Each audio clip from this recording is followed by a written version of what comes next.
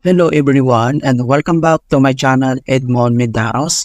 And for today's quick tutorial, and I'm going to show you guys on how to resolve the Windows 11 or Windows 10 with error message that reads, "We can't find your camera.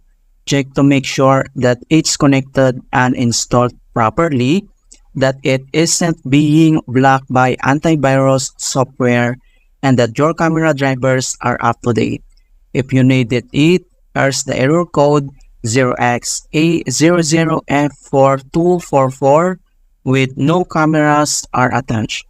Kung paano ba natin ito i-fix, and without further ado, and let's go ahead. So all you have to do is to click on the search menu and then type mo lang dito yung device manager and then click mo lang dito yung open. So dito sa device manager, ang next step ay kailangan mo lang iselect dito yung cameras, ito siya. So, i-click mo lang tong arrow na yan para mag-expand. And then next step ay kailangan lang natin i-update tong kanyang drivers. So, makikita mo dito na HD user facing, ito yung driver niya. And then, kailangan mo lang select yan, right click. And then, select mo lang dito yung update driver. And then, pop up tong dalawang options na search automatically for drivers or browse my computer for drivers.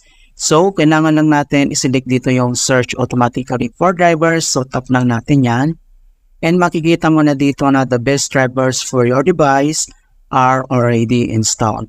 Okay? So, ang next solution na pwede natin gawin. So, close lang natin tong device manager. So, dito lang ulit sa search menu.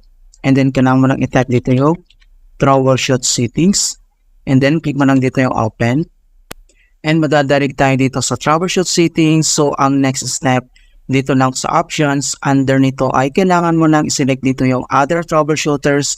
So, i-click mo lang yan.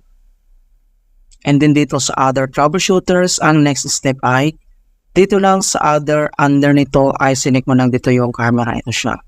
Okay, so dito sa right side, kailangan mo lang i-click tong run. So, click mo lang yan. And then wait natin. So, madadarig tayo dito sa help and supports. So, ang next step, ang gagawin natin dito ay kailangan lang natin i-follow kung ano yung step-by-step method na pwede natin gawin dito para ma-fix yung problems. So, once nagawa mo na yung step-by-step method dito, so ang next solution na pwede natin gawin ulit, so close lang natin ito. And then, dito lang ulit sa search menu and type mo lang dito yung settings. And then, click mo lang dito yung open. And then next step, dito sa settings ay kailangan mo lang select dito yung apps. So, click mo lang yan.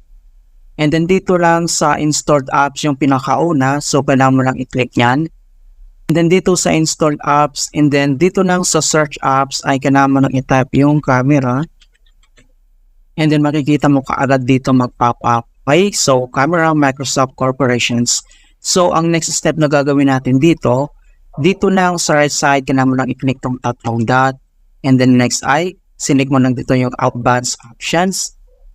And then dito sa advanced options, so scroll down lang tayo.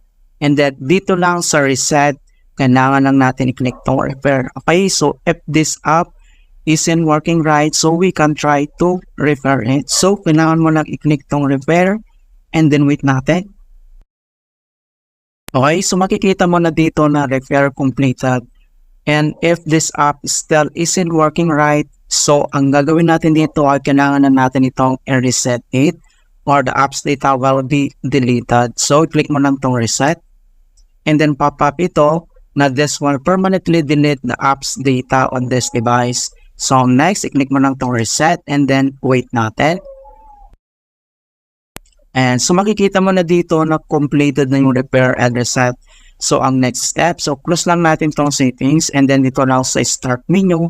And then, kailangan lang natin mag-restart. Okay? So, i-click mo lang itong restart.